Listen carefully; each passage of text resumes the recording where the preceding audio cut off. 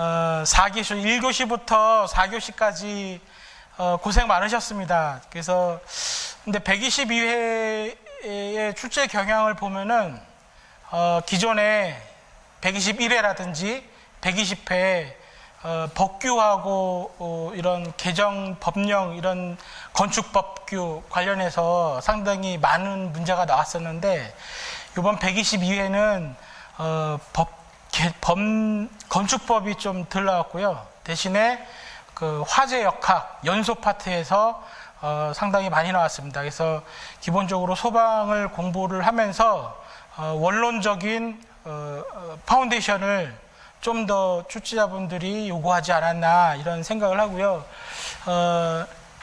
문제풀이는 순서는 제가 일단은 총 1교시부터 4교시까지 어떤 문제가 나왔나 쭉 한번 같이 훑어보고 1교시, 3교시는 우리 송정훈 교수님께서 해설을 해주실 거고요. 2교시, 4교시를 제가 해설을 하겠습니다. 물론 이제 해설을 하면서 이제 문제풀이를 만들었는데 오답이 있을 수가 있습니다. 이건 개인적인 판단에 의해서 오답이 있을 수가 있는데 그 점 많이 좀 참고를 해주시고 공부하는데 좀 많은 도움이 됐으면 하고요. 지금 122회가 어떻게 나왔고 이 문제를 맞았고 틀렸고가 문제가 아니라 이제 122회는 끝났고 내년도에 2월 달에 123회가 있잖아요. 123회를 어떻게 준비할 것인가 나름대로 계획을 세우고 또 준비를 하는 그런 시간이 되었으면 합니다. 그래서 일단은 기출문제를 80회부터 119회면은 이제 작년까지거든요. 작년까지 총 40회인데 연소 파트에서 보통 3.5문제 평균 3.5문제가 나왔고 건축 방제 파트에서 5.8문제 정도, 가스 폭발 쪽에서 1문제, 위험물에서 평균 2.3문제, 이거는 이제 80회에서 119회까지 평균 기출했던 문제 문항수입니다. 평균. 그리고 위험성 평가에서는 거의 0.5문제, 그리고 소방기계 11.3, 11문제 정도, 소방전기에서 4.9, 한 5문제 정도, 이게 작년까지 기출했던 분포입니다. 여기서 봤을 때 가장 많이 나왔던 부분이 소방기계 쪽이죠. 소방기계. 처음 공부를 접하시는 분들은 소방기계 쪽에 그만큼 시간을 할애를 해야 될 거예요. 그 다음에가 이제 소방전기, 그 다음에 건축방제, 그 다음에 연소 파트가 있는데 이 연소 파트가 건축방제 부분도 그렇지만 소방기계, 소방전기의 가장 기본이 되는 소방에서 공학적 접근입니다. 연소 파트가. 화재 역학이 파이어 다이나믹스가 어떻게 형성이 돼서 파이어 플럼이 어떻게 형성이 돼서 세일링 젯 플로우로 전이가 되고 구역실 화재가 어떻게 전실 화재로 전이가 되면서 프리시오버에서 어떻게 소방 대책을 세울 것인지, 포스트 프레시오버에서 어떻게 소방 대책을 세울 것인지, 이 가장 기본적인 연소 이론에서 많은 시간 투여를 개인적으로 했으면 좋겠어요. 그래야 건축방제의 법규 문제라든지 개정되는 사항의 트렌드를 이해할 수가 있습니다. 건축방제, 소방기계도 마찬가지고 소방전기도 마찬가지고 2017년도부터 쭉 어떻게 나왔는가 보면은 과년 2017년, 18년도 중요하지 않겠죠. 이거는 프린트 유인물 보시고요. 2020년도 금년도에 분포도를 좀 보겠습니다. 보면 건축방제가 상당히 많이 나왔어요. 저번 121회도 그렇고. 근데 요번 해에 122회가 문제 수가 많이 줄어들었습니다. 이게. 대신에 연소는 꾸준하게 4문제, 6문제, 5, 연소가 상당히 중요합니다. 이게. 그리고 위험물을 보면은 위험물을 좀 볼까요? 가스 폭발은 거의 지금 안 나오고 있는 추세고, 위험물이 17년도부터 5문제 많이 나왔다가 쭉 안 나오다가 115에서부터 4문제, 4문제, 4문제, 2문제, 1문제, 위험물이 빠지지가 않았습니다. 아까 그 평균 위험물이 2.3였나요? 2.3문제. 80회부터 119회까지가 2.3문제였는데 지금 계속 나오다가 이번에만 이제 1문제 나왔네요. 위험성 평가는 간혹 가다가 나오는 문제고, 119회 120개도 볼까요? 계속 위험물이 계속 나왔어요. 해 안 빠지고. 그 위험물은 빼면 안 되겠죠. 공부하는데 약간의 비중을 적게 줄 수는 있어도 위험물을 빼놓고 공부할 수는 없을 겁니다. 위험물. 위험성 평가는 간혹가다 한 번 나왔고, 이번 122회가 소방 기계 쪽에가 많이 나왔어요. 16문제면은 우리가 기술사 시험 문제가 1교시에 13문제, 2, 3, 4교시에 몇 문제죠? 4, 6, 24. 24, 13문제 하면 31문제죠. 31문제에서 10문제 쓰는 거고, 4, 3, 12 하면 22문제 쓰지 않습니까? 그죠? 우리가 31문제 중에서 22문제를 쓰는데, 그 중에서 소방기계를 16문제를 썼다. 그러면은 상당히 많이 쓴 거 아닙니까? 그죠? 소방기계 이번에 많이 나왔어요. 소방전기도 그렇고. 자, 이렇게 해서 출제 경향을 근본에 나왔던 문제를 쭉 보면은 연소 많이 나왔고 소방기계에 많이 나왔습니다. 그럼 123회 어떻게 나올 거냐? 123회를 우리는 준비해야 되잖아요. 123회는 제가 볼 때는 개정법령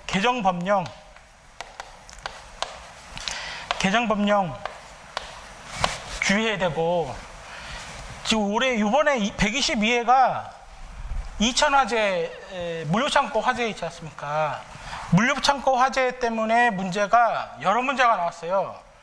임시동력 공사 문제가 3교시 때인가 4교시 때인가 나왔잖아요. 그 3교시 때 화재 화재안전대책 발표한 내용 다 이천 물류창고 화재 때문에 나왔던 얘기예요. 그리고 화재역학 화재 원론을 연습 파트에서 보면은 가솔린 화재하고 폴리스틸렌의 열 방출 속도와 열 흐름 속도를 비교해 보시오라고 나왔잖아요. 그 복합 판넬에 심재로 쓰이고 있는 폴리스틸렌, 발포 폴리스틸렌이죠. 심재 쓰이는 건 거기에 화재 위험성을 이론적으로 검증을 해줄 수가 있습니다. 화재역학에서. 그 가만히 보면 이번 횟수의 문제가 시사성 문제가 많았어요. 시사성 문제가. 이게 이천화재가 나면서 이게 10년 전에 물류창고 화재가 났었잖아요. 샌드위치 복합판넬 물류창고 화재에 30 몇 명인가 인사사고가 났어요. 근데 10년이 지나서 똑같은 형태의 똑같은 종류의 화재 폭발이 또 났던 거죠. 인사사고도 사고로 돌아가신 분이 30 몇 명이어야 돼요. 그러면은 이 소방을 공부하면서 소방의 가장 기본되는 게 인명 및 재산보호인데, 인명 및 재산보호를 전부 놓친 화재를 2번이나 10년 주기로 2번이나 났거든요. 그러니까 120회의 포인트는 이천의 물류창고 화재를 한 번쯤 고민을 했으면 좋은 답안이 되지 않았을까 하는 생각이 듭니다.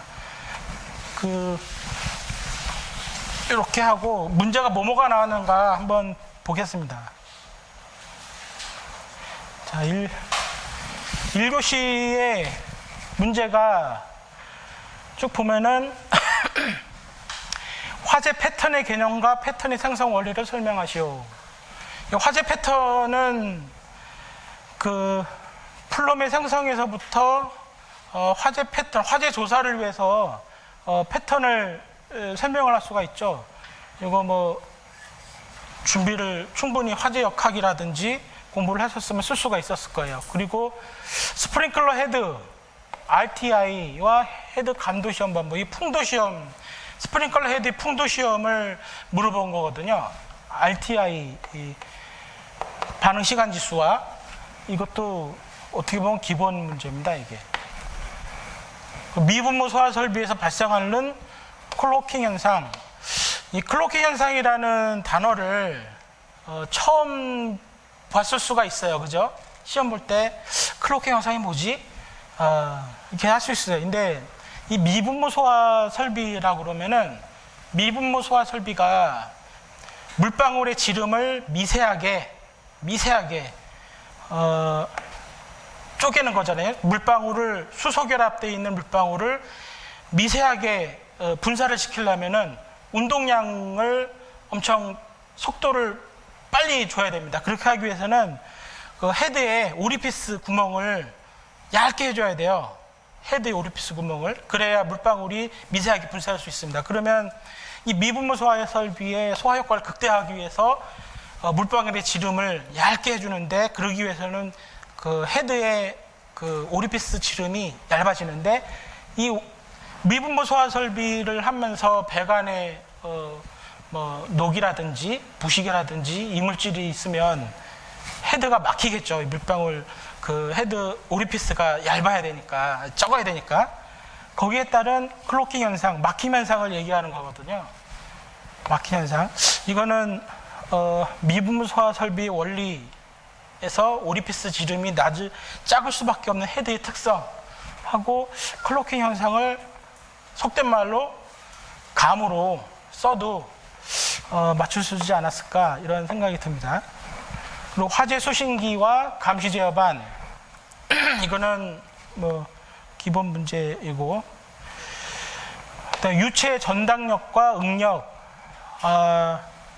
유체의 전당력과 응력은 이제 뉴턴의 점성 법칙에서 시작을 해야 되죠. 뉴턴의 유체를 유체 소화 수계소화에서 처음 접하려면 이제 뉴턴의 점성 법칙부터 시작합니다. 전당력이 뭔지, 응력이 뭔지, 전단 응력이겠죠. 전단 응력. 여기서 점성의 법칙이 나와야 되고, 나아가서 마찰 손실. 여기까지 끌어내면은 좋은 답안이 돼요. 그죠? 유체. 기본 문제는 이거예요. 그 다음에 이상기체 운동론의 5가지 가정과 보일, 샤를, 게이 루사기 법칙. 이거는 제가 저번 달에 처음 강의할 때 이상기체 운동 방정식부터 시작을 했었어요. 그죠? 이상기체 운동 상태 방정식. 이상기체라는 게 중요하죠. 이상기체에 있을 때 5가지 가정이 있었잖아요. 기억나세요? 뭐죠? 5가지 가정이?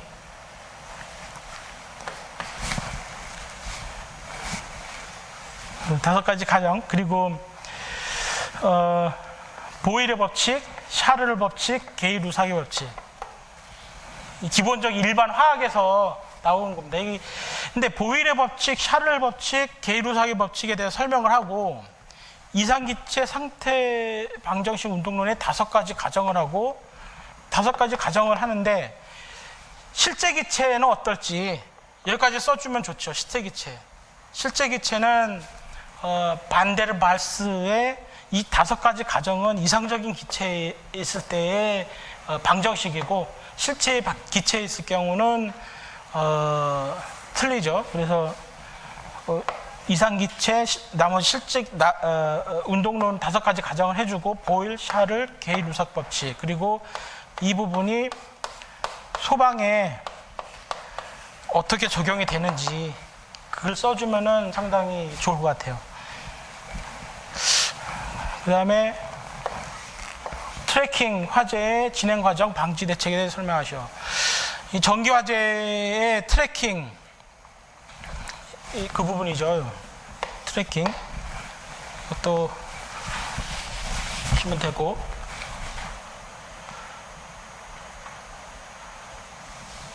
그 다음에 8번이 소방설비 배관 부속 설비의 동파 방지를 위한 보호 방법. 이 기본 문제입니다. 그죠? 근데 동파 방지를 위한 보호 방법 하니까 동파의 원리를 먼저, 동파가 왜 일어나는지, 물의 수소결합서부터 해서, 수소결합, 액체 상태에서 그 얼음이 고체 상태로 가면서 부피가 커지면서 동파가 일어나잖아요. 그 원리를 좀 써주고 동파 방지를 위한 보험 방법을 써주면 상당히 좋은 답안이 될 겁니다. 그 다음에 옥내 소화전 설비의 압력 챔버 설치 기준. 이게 화재 안전 기준에 나온 사항이잖아요. 압력 챔버를 화재 안전 기준에서는 기동용 수압 개폐 장치라고 나와 있어요. 그죠? 기동용 수압 개폐 장치. 다시 말해서 자동 기동 할 수 있는 기능을 할 수 있는 기동용 수압 개폐 장치 압력 챔버라고 합니다. 이걸 하려면 이제 그림을 그려주면 좋겠죠. 이렇게 해서 뭐 펌프가 있고 충압 펌프가 있고 주 펌프가 있고 기동용 수압 개폐 장치가 뭐 이렇게 있으면 불에서 스위치가 있겠고, 그죠? 이 압력 챔버의 기준을, 화재 안전 기준을 그림을 그리고 쭉 설명해 주면 좋을 것 같아요. 그래서 이게 써주면서 펌프의 그 자동 기동, 이건 자동 기동이고, 자동 기동일 때 압력 챔버 설치 기준 써주면 좋을 것 같습니다. 그 다음에 10번이 할로겐 화합물 및 불활성 기체 소화 설비, 저장 용기 설치 장소, 구비 조건. 이 설치 장소는 법을 물어보는 사항이다, 그죠? 화재 안전 기준에 저장 용기 설치 장소의 기준이 있습니다, 조건이. 근데 이 약재의 구비 조건을 설명하시오라고 나왔죠. 약재의 구비 조건은 소화 성능이 어떻게 되고, 독성과 환경성은 어떻게 되고, 이런 구비 조건을 설명해주고 저장 용기 설치 장소, 이 화재 안전 기준 내용을 설명해주면 좋을 것 같아요. 그리고 자연 배연과 기계 배연, 이거는 기사 때 배웠던 거 아니에요? 소방 기사 때 배웠던 거고.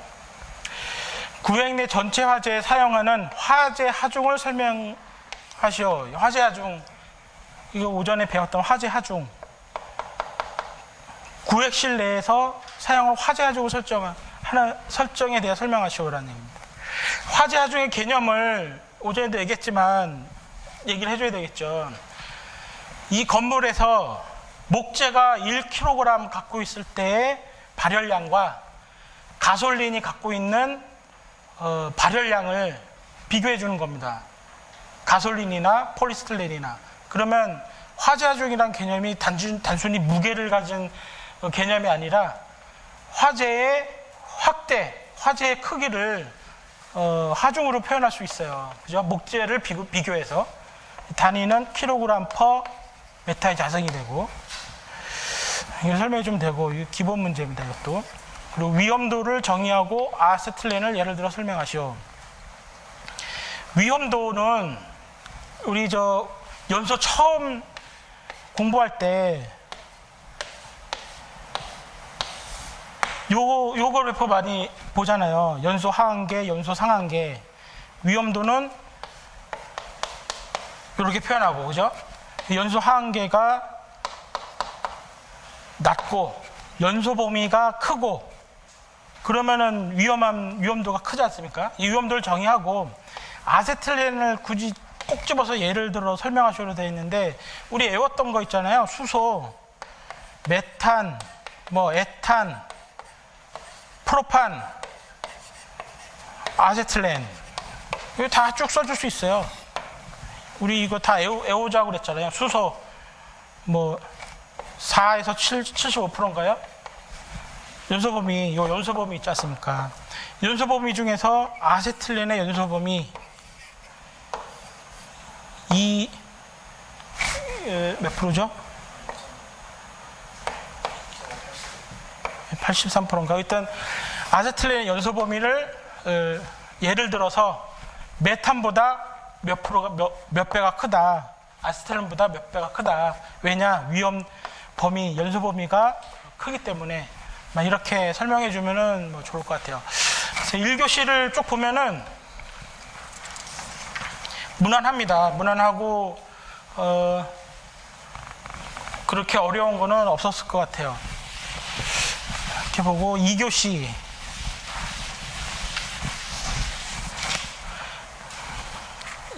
를 보면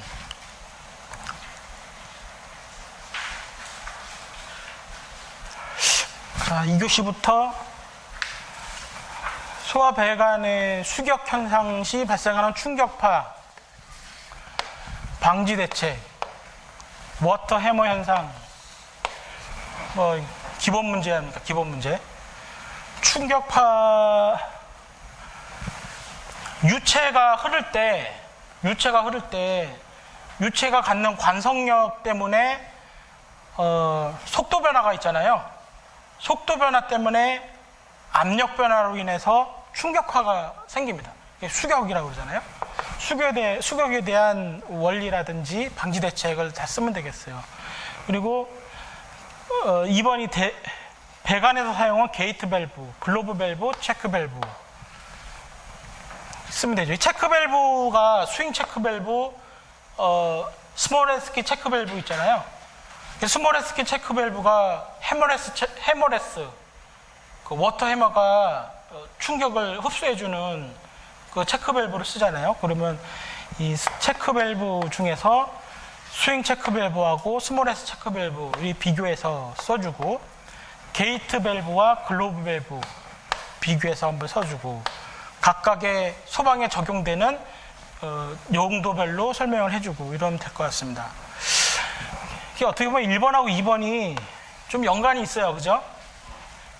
자기가 기계에 자신이 있다 그러면은 1번 쓰고 2번 쓰고 하면은 답안이 흐름이 딱 좋을 것 같아요. 수격의 체크밸브, 스몰레스 체크밸브 수격 때문에 쓰잖아요. 그죠? 그 스윙 체크밸브는 수직 배관에 못 쓰지 않습니까? 1번, 2번이 연관성이 있어요. 그 다음에 3번, 정기적 폭발 개념과 발생 원인 방지 대책. 전기 화재는 주울열에 의한 발화하고 스파크에 의한 발화 이렇게 나눌 수 있잖아요. 지금 물어본 거는 전기 화재 중에서 스파크에 의한 발화를 얘기한 거예요. 그러면은 발생 원인이 뭐고 예방 대책이 뭐고 바로 나올 수 있어요. 근데 지금 대책을 원인하고 대책을 쓰는데 예방 대책을 물어봤어요. 소방의 대책 중에서 예방, 소방, 방화 대책이 있을 텐데 예방 대책을 꼭 집어서 얘기했거든요. 이 점에 맞춰서 설명해 주면 될 거예요. 우리 가장 생각이 나는 게 방폭전기를 해주면 되죠. 방폭전기. 그 다음에 두 번째, 예방 대책이면은 변압기에 절연열압 판정 시험 유지관리를 잘하자는 얘기죠. 유지관리. 그리고 가연성 혼합기가 형성 안 되도록 환기를 자주 해주고 온도, 습도를 유지해주고 그런 방법이 있을 거예요. 그리고 화재가 났을 때, 폭발이 났을 때 안전거리를 두고 보유공지를 두고 뭐 이런 점도 있겠죠. 정기적 폭발 개념 표준화해주고, 이제 3번하고 4번이 이제 묶어서 이렇게 내가 전기에 자신이 있다 그러면 3번, 4번을 묶어서 해주면은 좋은 답안이 될 것 같아요. 접지 설비에 대해서 목적과 목적에 따른 분류, 접지공사 종류별 접지 저항값, 전체성 굵기 적용 대상. 이 접지 공부를 하면은 뭐 전기 전공하신 분 말고도 기본적으로 이 부분을 배우잖아요. 목적이 뭐고, 목적은 기능적 측면과 안전 측면에서 목적을 둘 수 있고, 안전 측면에서는 접지를 어떻게 분류하는지, 기능 측면에서 어떻게 분류하는지, 그리고 접지공사 종류별로, 이 접지공사가 종류가 1종 접지, 2종 접지, 특별 3종 접지, 3종 접지, 1종, 2종, 3종, 특사 3종 이렇게 나눠 있잖아요. 다 아시죠? 저항값도 알고 있고, 접지선 굵기도 알고 있고, 적용 대상을 어떻게 하는지 알고 있잖아요. 근데 지금 내년도에 KEC가 한국 전기 규정이라고 1월 달에 이제 시행이 되는데, 공고를 했어요. 시행이 되는데, 접지공사의 종별이 이제 없어져요. 없어집니다. 이게,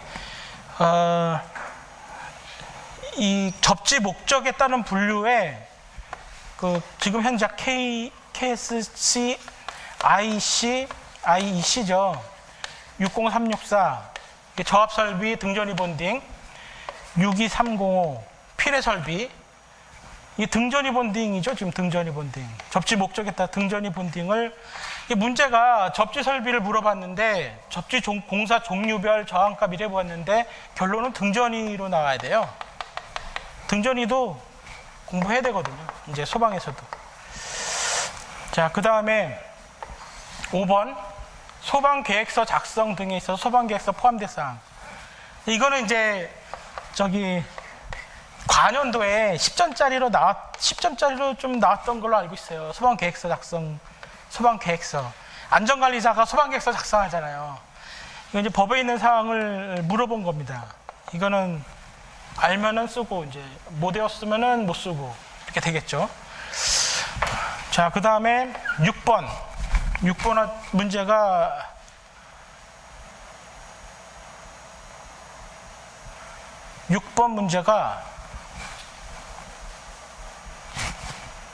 뭐였냐? 6번 문제가 화염의 연료소 값을 비교하라는 겁니다. 화염의 연료소 1m 직경의 풀 화재 자료가 아주 자료를 친절하게 가르쳐줬어요. 폴리스테린이 이렇고 가솔린이 이렇고. 이게 관연도에 이 비슷한 문제가 나왔거든요. 관연도에는 뭐로 나왔냐면은 폴리스테린 대신에 목재가 나왔어요. 목재와 가솔린을 비교하라는 거거든요. 목재와 연료소 값을 비교하라고 그러는데, 연료속을 비교하기 전에 이게 뭐예요? 열 발생 속도잖아요. 열 발생 속도. 오전에도 했지만 열 발생 속도, 열 방출률, 화재의 크기, 화재의 강도, 화재의 규모, 다 같은 개념입니다. 이게 같은 개념이에요. 단어는 다른데 같은 뜻이거든요. 화재의 크기, 화재의 강도, 열 발생 속도, 열 방출률, 그죠? 요게 이제 질량 감소 속도잖아요. 질량 감소 속도, 재료의 기화열과 순연료. 질량 감소 속도는 재료의 순연료하고 비례를 합니다. 순연료는 송괴 정도. 예를 들어서 목재 같으면 목재에 재료의 분해 증발할 수 있는 계속된 송괴 정도를 열 유속, 열 발생 속도라고 얘기를 할 수 있어요. 같은 얘기가 열 발생 속도, 복사열, 온도 다 같은 개념입니다. 단어는 틀리지만.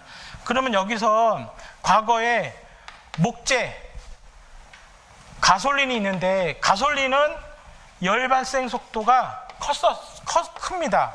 관연도 기출 얘기한 거예요, 지금. 열 발생 속도가 가솔린이 목재보다 커요. 화재의 크기가 커요. 화재의 강도가 커요. 근데 목재는 이게 가솔린이 아니라 목재는 이 재료의 줄 수 있는 손괴 정도가 가솔린보다 목재가 더 큽니다. 관연도 문제. 지금 목재 대신에 폴리스티렌이 온 거거든요. 폴리스티렌. 열가소성 수지. 열가소성 수지의 폴리스티렌이. 폴리스티렌을 비교해 보자는 거죠. 똑같이. 화재의 크기와 재료의 손괴 정도가 요 두 개가 폴리스티렌과 가솔린이 어떻게 틀리나 계산을 해보고 비교를 하는 겁니다. 비교를 해보면, 비교를 나중에 하겠지만, 이제 문제풀이 하겠지만, 비교를 하면 가솔린이 역시 폴리스티렌보다 화재의 크기, 열 발출률, 열 발생 속도가 큽니다. 근데 가솔린보다 폴리스티렌이 열의 이동 속도, 이게 열의 이동 속도예요. 순연료가. 열의 이동 속도, 재료에 주는 손괴 정도가, 가솔린보다 폴리스티렌이 3.6배가 큽니다. 그 얘기 뭐냐면, 폴리스티렌이 연소 확대가 빠를 수 있다는 얘기예요. 가솔린보다. 연소 확대가. 상층 연소 확대, 수평 연소 확대가. 우리 지금, 폴리스티렌 열 가소성 수지를 이용하고 있는 게 그 복합 판넬.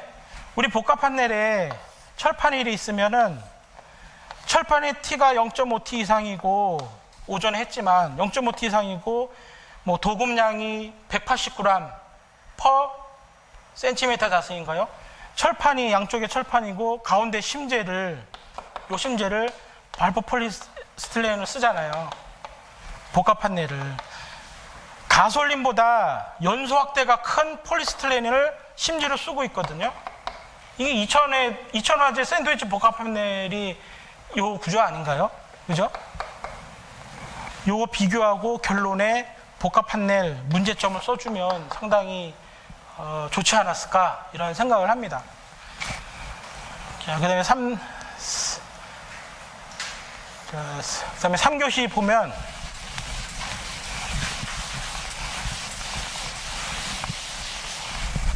(3교시는)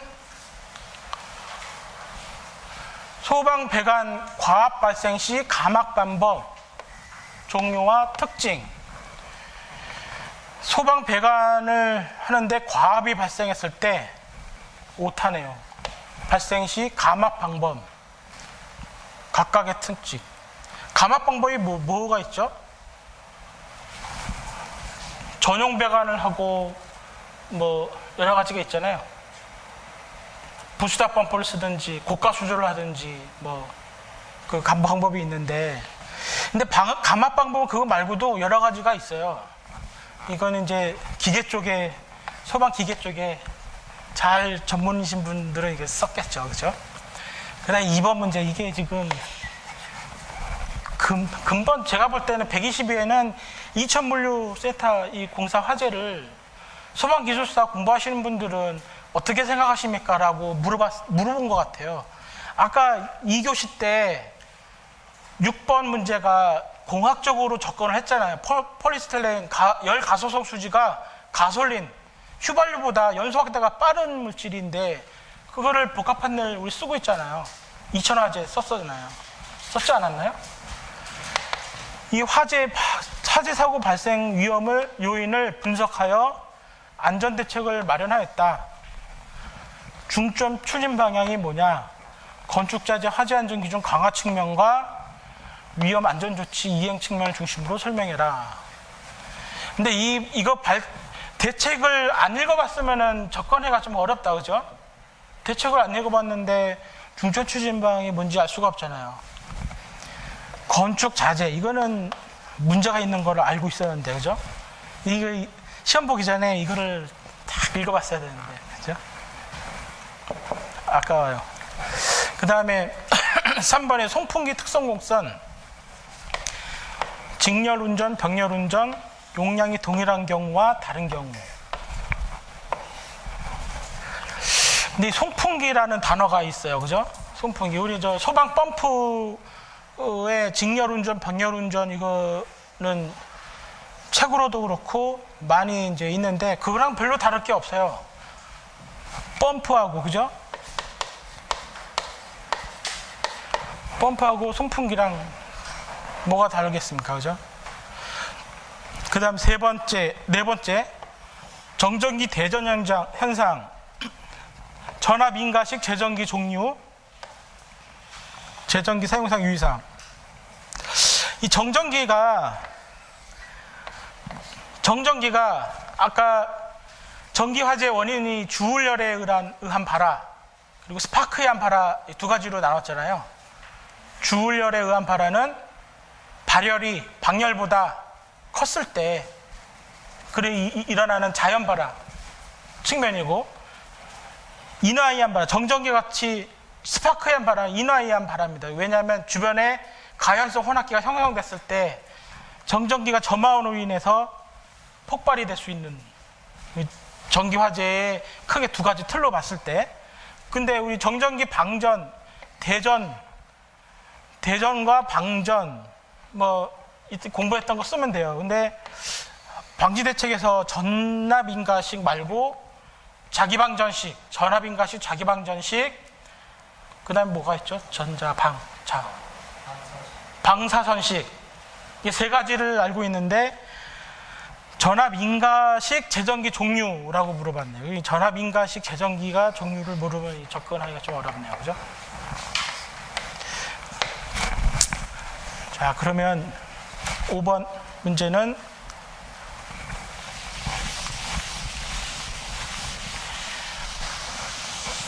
ESFR 헤드 설치 장소 구조와 헤드 특징에 대해서 설명하시오.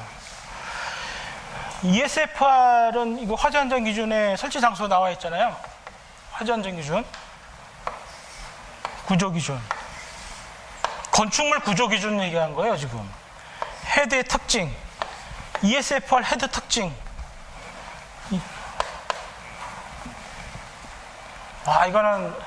이거 소방기계 공부 좀 하셨던 분이면 이거는 이제 눈에 확 띄셔야 돼요. 그죠? 스프링클러 헤드가 표준형 헤드에 K 루트 P가 있는데, 이 K 팩터가 ESFR이 제일 크잖아요. K 팩터 이게 쓰기 전에 이제 이 K 루트 KP 이 식을 유도해주면 좋죠. K ESFR의 특징, 가장 밀접한 화재가 아닙니까? 그리고 화재 안전 기준 내용 써주고, 그럼 아주 좋을 것 같아요. 그 다음에 6번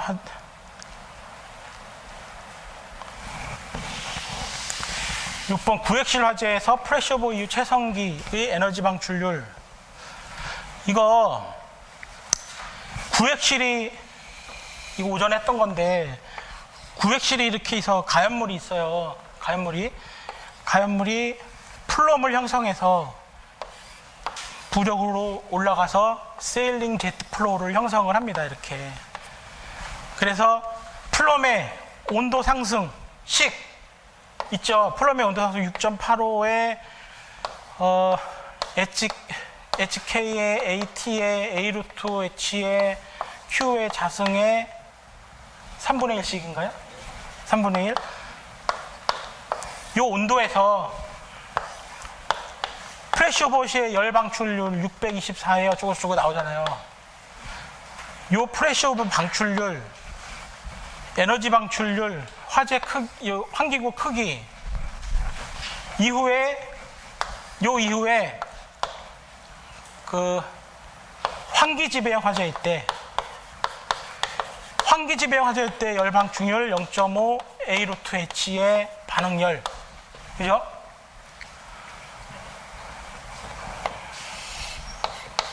그 이후에 이 환기지배형일 때의 열 방출률, 그러면 지금 구획실 화재에서 이게 지금 프레셔보 이후에 환기지배형 화재였을 때 이 열 방출률인데, 이 구획실에서 가연물 양이 화재 하중 가연물 양이 남아있다 그러면은 이 화재가 가연물이 더 방출을 하기 위해서 외부에서 온도를 800도씨로 가정을 하고, 지금 800도씨 가정을 해서 바닥 면적, 연료에 남아있는 퍼진 바닥 면적이 12해배고 남아있는 가연물의 기화열이 2, 평균 연소, 남아있는 가연물의 평균 연소율이 20. 그리고 스테판 볼츠만 상수가 이거다 라고 쥐어준다 그러면 요 식을 이용해서 풀어주면 돼요. 남아있는 가연물의 열방출률, 이게 9메가와트인가 나오거든요. 이게 화재과학 원론에 그대로 나왔던 거 관연도 기출문제였어요. 9메가와트고 이게 최성기 화재 때 남아있는 열방출률, 환기지배형 화재 있을 때 열방출률이 4점 몇 메가와트가 그래요. 요 차이의 열량이 구획실 안에서 방출할 수 있는 열량이거든요. 이 남아있는 열량 때문에 상층의 연소 확대가 되고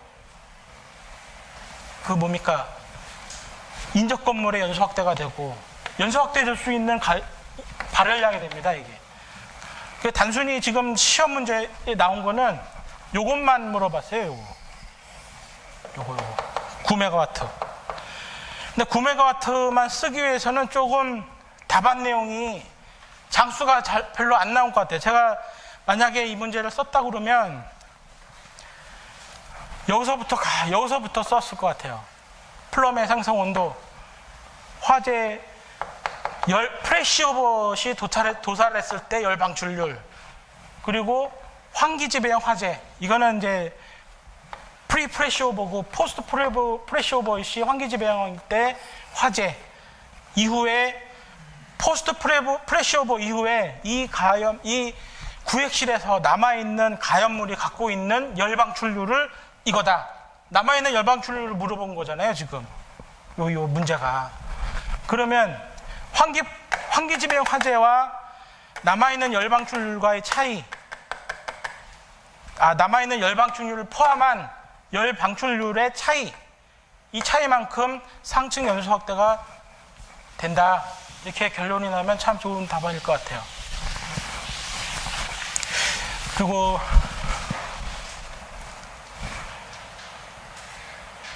이제 4교시를 보시죠.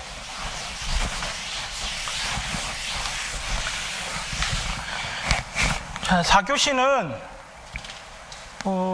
이산화탄소 소화 설비 호스릴 방식 설치 장소 설치 기준, 이 개정된 법이잖아요. 이산화탄소 소화 설비 호스릴 방식이 설치 장소가 개정이 됐어요. 차고 주차장에는 포함한다는데 이제 제외된다고 돼 있잖아요. 이산화탄소 호스릴 방식이. 그것 때문에 나온 건데, 이산화탄소의 방출 방식을 전역 방출 방식, 국소 방출 방식, 호스릴 방식이 있고, 물어보는 호스릴 방식의 설치 장소와 설치 기준을 써주고, 그리고 이게 지금 수동식 소화 설비잖아요. 전역 방출 방식, 국소 방출 방식은 자동식 소화 설비고, 왜 이산화탄소를 수동식 소화 설비를 차고 주차장에서 제한했는지 그거를 써주면 참 좋은 답안 될 것 같아요. 두 번째, 임시소방시설. 임시소방시설 이제 또 나왔네요.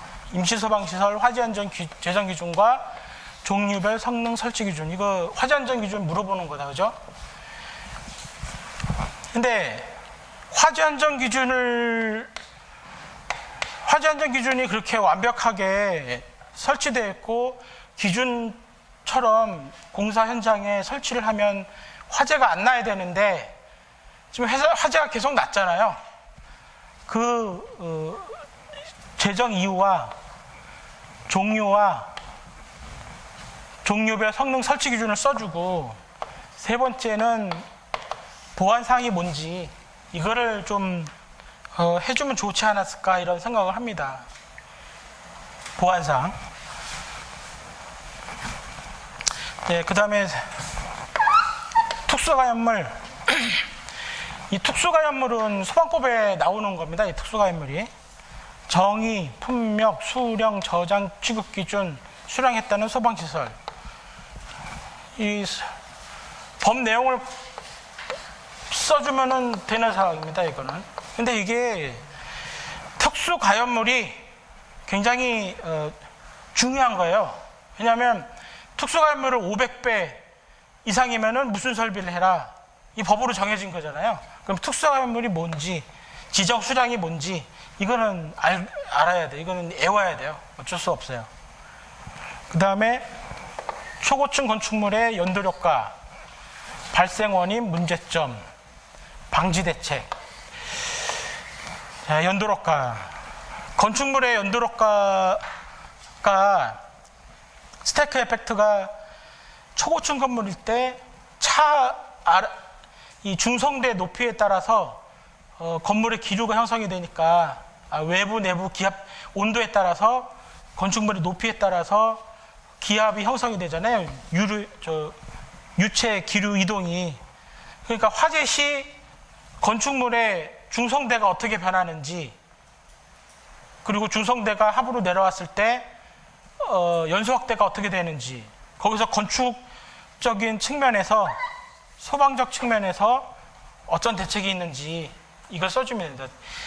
여기에 문제의 포인트는 부속실 재현과 연결시켜주면 좋을 것 같아요. 부속실 재현. 부속실 재현을 하면서 누수 틈새 면적을 줄여주잖아요. 밀폐를 시켜주잖아요. 그래서 소방 측면에서는 재현 풍량을 줄일 수 있고 여러 가지 답안이 나올 수 있어요. 부속실 재현, 기계적 측면에서 어떻게 할 건지. 그 다음에 5번을 보면 5번이 무슨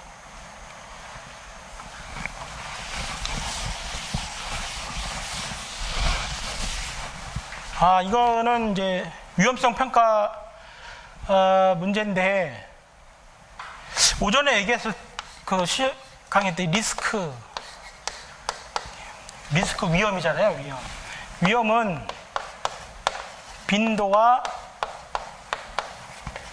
가혹도로 평가를 해요. 그죠? 산업계 화재에서 이 건물 화재에서는 가혹도를 가지고 얘기를 해요. 화재 가혹도. 그잖아요. 오전에 화재 가혹도 공부했지 않습니까?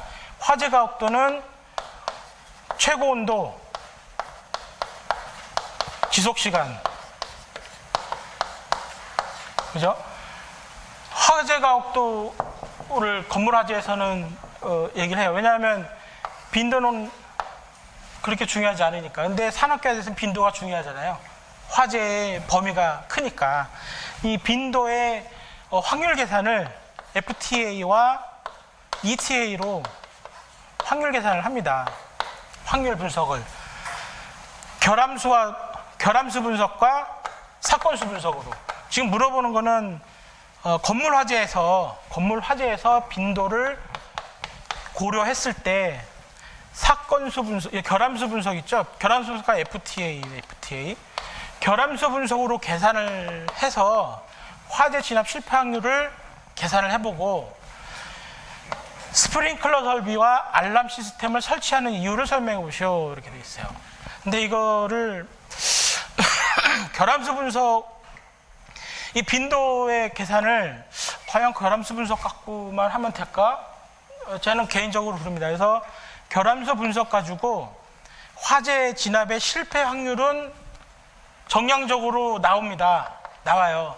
근데 시스템의 에러, 예를 들어서 스프링클러 설비가 없을 때, 스프링클러 설비가 진압을 안 했을 때, 통보를 안 했을 때, 이런 시스템의 에러에서 분석을 ETA로 해줘야 되거든요. 사건수 분석으로.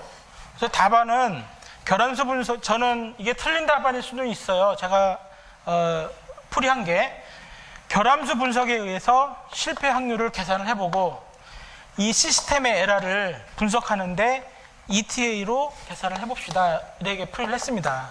ETA로 분석을 하면은 스프링클러 설비가 왜 중요한지, 알람 시스템, 이건 자동화재 통보 설비예요. 자동화재 통보 설비가 왜 중요한지 확률로 정확하게 정량적으로, 정성적인 게 아니라 정량적으로 알 수가 있어요. 5번 참 좋은 문제인 것 같아요. 그 다음에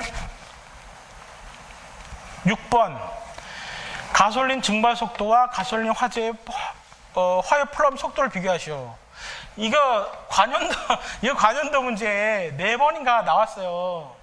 저 118회 합격할 전에 3번인가 4번인가 나왔던 것 같아요. 이거 또 나왔어요. 5번째 나온 것 같아. 5번인가 4번인가. 이게 아주 지겹게 나오고 있어요, 지금. 똑같아요. 숫자도 똑같아. 공기 2배, 플럼의 높이 1로 가정하고, 가솔린의 증발 속도와 플럼의 상승 속도를 비교해보고. 이 결론은, 이건 이제 답안은 이게 문제를 처음 접했으면은 어려울 줄 모르는데, 관연도를 많이 분석을 했었으면 이 문제는 쉽게 풀이가 돼요. 쉽게 풀이가 됩니다. 근데 결론에 더 첨가해서 넣어야 남들과 조금 답안이 틀리지 않을까 하는 생각을 해요. 결국은 화재 플럼 속도가 증발 속도, 가솔린 증발 속도보다 150배인가 146배인가 빠르거든요. 계산을 해보면. 빠름으로 인해서 플럼에 생성하는 요인은 유입 공기를 유인할 수가 있고, 그 연소 영역의 플럼 연소 영역의 플럼이죠. 거기에서 플럼 에너지를 크게 할 수가 있어요.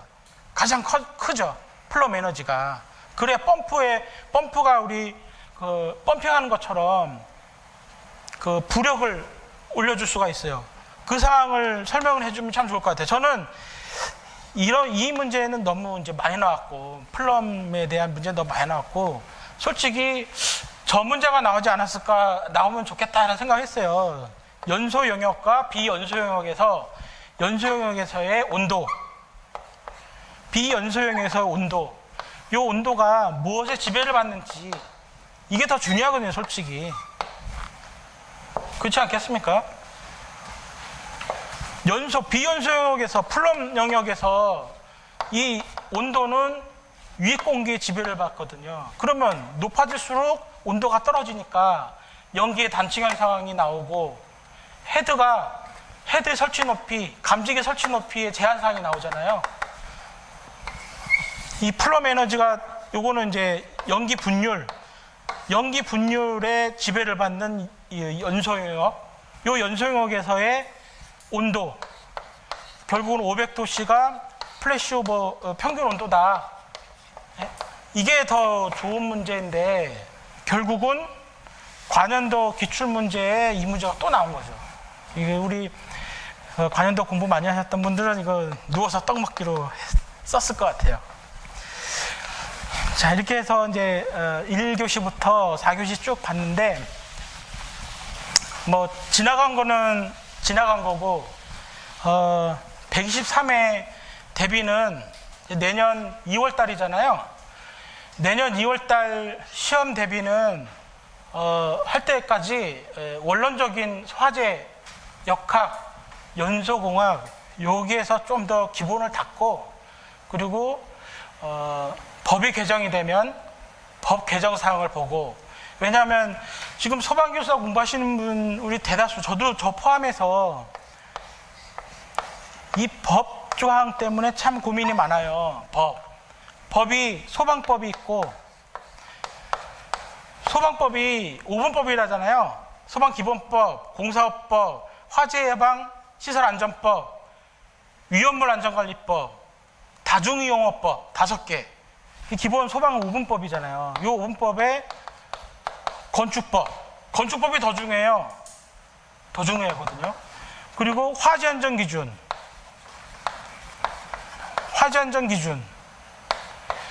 우리 소방기술사를 합격을 하시고 다 이런 법의 테두리 안에서 설계를 하고 시공을 하고 감리를 하거든요. 그럼 법을 모르면은 안 되죠. 소방기술사라고. 원론만 알고 법을 모르면 되겠습니까? 법은 꼭 해야 돼요. 그래서 내년도에 법 내용 물어보는 거 또 계속 나와야 돼요. 나올 수밖에 없어요. 이 법의 내용은 계속 암기 노트를 만든다든지 뭐 해서 계속 봐야 됩니다. 저도 아직까지 그 소방시설협회에 나오는 요만한 손바닥만한 책 있잖아요. 빨간색으로 겉표지 빨갛고, 안 갖고 있어요. 소방시설협회에서 나오는 거. 그 회원가입하면 나오던데, 그거 항상 갖고 다녀요. 그거 보고 계속 보는 거예요. 쭉쭉 보는 그냥 소설책 읽듯이.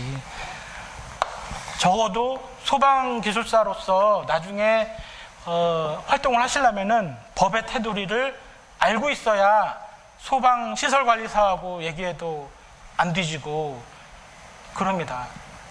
소방관하고 얘기해도 안 뒤지고. 근데 그 전에 이제 123회까지 올해 몇 개월 동안은 이 기본적인 원론을 좀 많이 공부를 하십시오. 하셔서 파운데이션을 닦고 그 다음에 또 법을 바뀌면 법 보고 이렇게 준비를 했으면 좋겠습니다.